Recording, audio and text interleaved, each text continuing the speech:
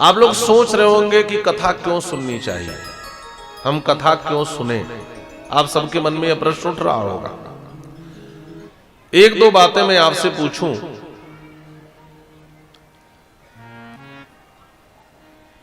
बहुत से लोग हम लोगों से मिलते हैं और ऐसे प्रश्न पूछते हैं। एक बार एक व्यक्ति ने पूछा कि स्वामी जी कथा किस लिए। वो दुकानदार था, तो मैंने पूछा तुम्हारी दुकान किस लिए। उसने कहा दुकान पैसा कमाने के लिए। हमने पूछा पैसा क्यों कमाते हो। कहा पेट भरने के लिए। हमने पूछा पेट क्यों भरते हो। उसने कहा जीने के लिए। हमने पूछा जीते क्यों हो। इस प्रश्न पर वह मौन हो गया। और संभवतः आज का संपूर्ण मानव समाज इस प्रश्न पर मौन है। हम खेती करें, व्यापार करें, नौकरी करें, उद्देश्य है धनार्जन का। धन क्यों कमाते हो। कहा पेट भरने के लिए। पेट क्यों भरते हो। कहा जीने के लिए। और पूछ दिया जाए जीते क्यों हो, इस पर वह मौन है। हमने कहा हम जीते क्यों हैं, यही बताने के लिए इस कथा का आयोजन है। इस कथा में आपको पता चलेगा कि आपके जीवन का उद्देश्य क्या है। खाना पीना, मकान दुकान बनाना, बैंक बैलेंस बनाना, बच्चे पैदा करना और मर जाना, ये तो कीड़े मकोड़े पशु पक्षी सब कर रहे हैं। ईश्वर ने आपको मानव बनाया है, तो आपने मानव जीवन के मूल उद्देश्य को प्राप्त किया, उसको प्राप्त करने का कोई प्रयास किया। यह महत्वपूर्ण है। कथा के आलोक में बैठ करके हम इसका चिंतन करते हैं। इस प्रश्न का उत्तर ही नहीं, इसका पूर्ण समाधान प्राप्त करते हैं। दूसरी बात है, आज विज्ञान ने बहुत बड़ी उन्नति की है। हर चीज को सुरक्षित रखने का प्रयास किया जा रहा है। सब्जी न बिगड़े इसकी हमें चिंता है, दूध न बिगड़े इसकी हमें चिंता है, भोजन हमेशा गर्म मिले इसकी हमें चिंता है। वैज्ञानिकों ने मशीनें बना दी, फ्रिज बना दिया, रेफ्रिजरेटर बना दिया, लेकिन दुनिया में कोई ऐसी मशीन बनी है कि हम उसमें मनुष्य को डाल दें और वह न बिगड़े। हम आदमी को डाल दें और वह न बिगड़े, ऐसी कोई मशीन है? मनुष्यता को बिगड़ने से बचाने के लिए ऐसी कथाओं का ही आयोजन किया जाता है। ये कथा की उपयोगिता है, जो मनुष्यता को बिगड़ने से बचाने के लिए। दुनिया में हर चीज का निर्माण हो रहा है, सड़क का, पुल पुलिया का, घर का, मकान का। अच्छा, सबका निर्माण हो जाए लेकिन आपके चरित्र का निर्माण न हो तो सारे निर्माण व्यर्थ हो जाते हैं। एक कथा का आयोजन आपके चरित्र के निर्माण के लिए है, और चरित्र का निर्माण ही सबसे महत्वपूर्ण निर्माण है। ऐसे अनेक आवश्यक तत्व हैं जो जीवन के लिए उपयोगी हैं। एक बात और आपको बता दूं,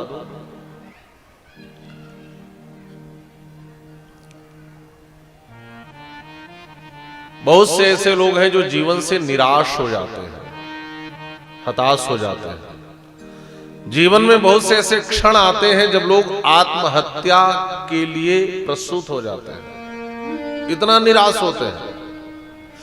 इतनी बड़ी निराशा भी आपके जीवन में आ जाए, आपके जीवन की उस निराशा को दूर करने का सबसे बड़ा उपाय क्या है? श्री रामचरितमानस में भी यह प्रसंग है और श्रीमद् वाल्मीकि रामायण में भी है।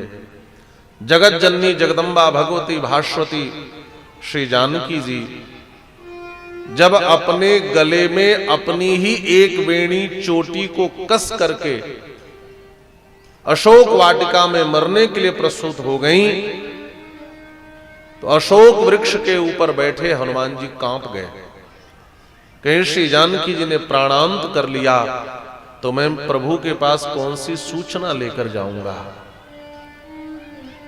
हनुमान जी ने विचार किया, श्री जानकी जी मरने के लिए प्रस्तुत हैं, इनको इस निराशा से निकालने के लिए मैं कौन सा कार्य करूं।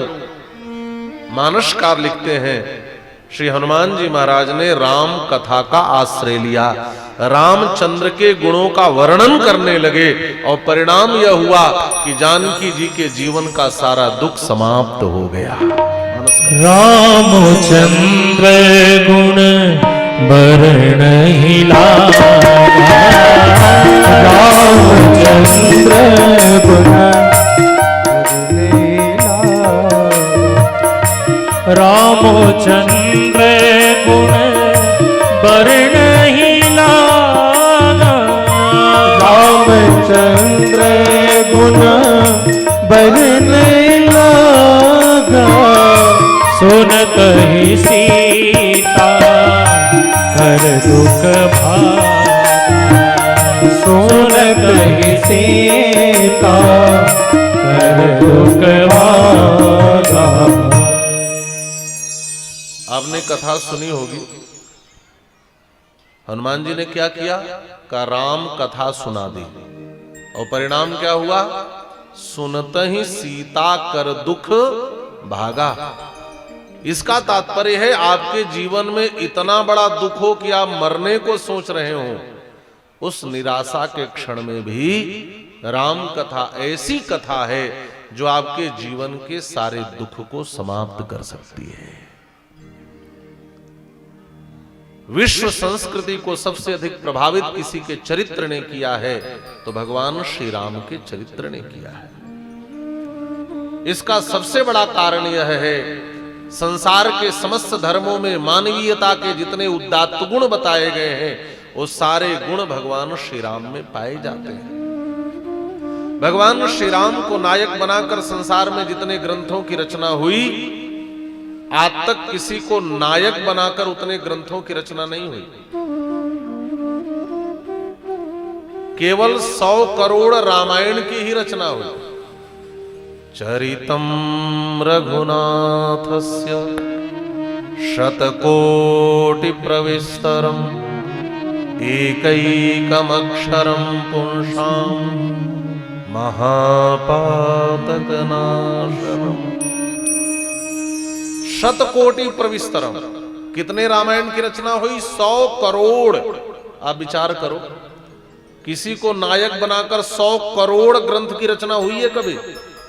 लेकिन राम जी को चरित्र नायक बनाकर 100 करोड़ केवल रामायण की रचना हुई। और गोस्वामी तुलसीदास जी तो 100 करोड़ कह करके भी परितोष का अनुभव नहीं करते। गोस्वामी तुलसीदास जी तो कहते हैं रामायण शतकोटि अपारा। अपारा माने पार नहीं है कि कितने रामायणों की रचना हुई।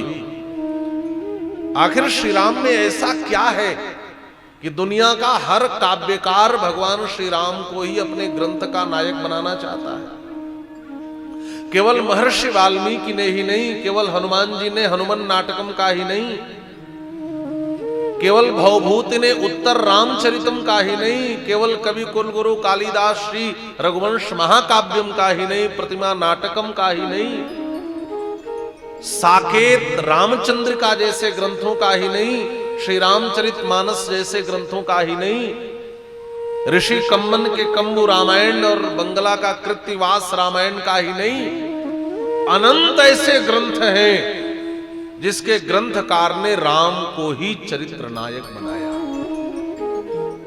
आखिर उस राम का वैशिष्ट क्या है? उस राम के चरित्र की विशेषता क्या है? आखिर कोई काव्यकार, कोई रचनाकार, कोई ग्रंथकार राम को ही नायक बना करके कोई काव्य क्यों लिखना चाहता है? हमारे संस्कृत के एक बड़े अच्छे कवि हुए, उनका नाम है भवभूति। उन्होंने उत्तर रामचरितम के रूप में रामचरित्र लिखा है। तो उन्होंने कहा, प्रभु कविनाम को दोषः, इसमें कवियों का कोई दोष नहीं है, आपके भीतर ही एक ऐसा अवगुण है, उस अवगुण के कारण ही हर कवि आपको अपने ग्रंथ का नायक बनाना चाहता है। भगवान भी चौंक पड़े कि मेरे भीतर कौन सा अवगुण है जिसके कारण हर कवि मुझे अपने ग्रंथ का नायक बनाना चाहता है। तो भवभूति जी कहते हैं, कविनाम को दोषः सच तव गुणानाम अवगुणः। आप में इतने गुणों का होना ही आपका सबसे बड़ा अवगुण है, और इसी अवगुण के कारण हर कवि आपको अपने ग्रंथ का नायक बनाना चाहता है। जितने गुण भगवान श्री राम में पाए गए, इतने मानवीयता के उच्चतम गुण आज तक किसी में देखे ही नहीं गए हैं।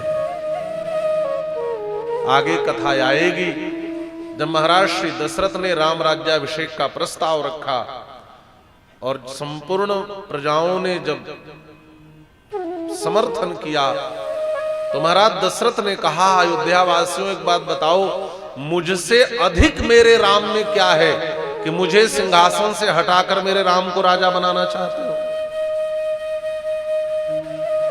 अयोध्या वासियों ने कहा, महाराज हम अयोध्या की प्रजा हैं, हम कभी झूठ नहीं बोलते, आपने हमें सत्य बोलने सिखाया है। आप में तो क्या, इक्ष्वाकुभ्यो भी सर्वेभ्यो यतिरिक्तो विसाम्पते, इस संपूर्ण इक्ष्वाकु वंशीय परंपरा में जितने गुण राम में हैं, इतने गुण आज तक किसी में देखे ही नहीं गए हैं। इसलिए हम अपने राम को राजा के रूप में देखना चाहते हैं।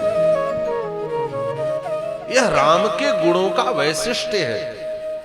हर काव्यकार भगवान श्री राम को ही अपने ग्रंथ का नायक बनाना चाहता है।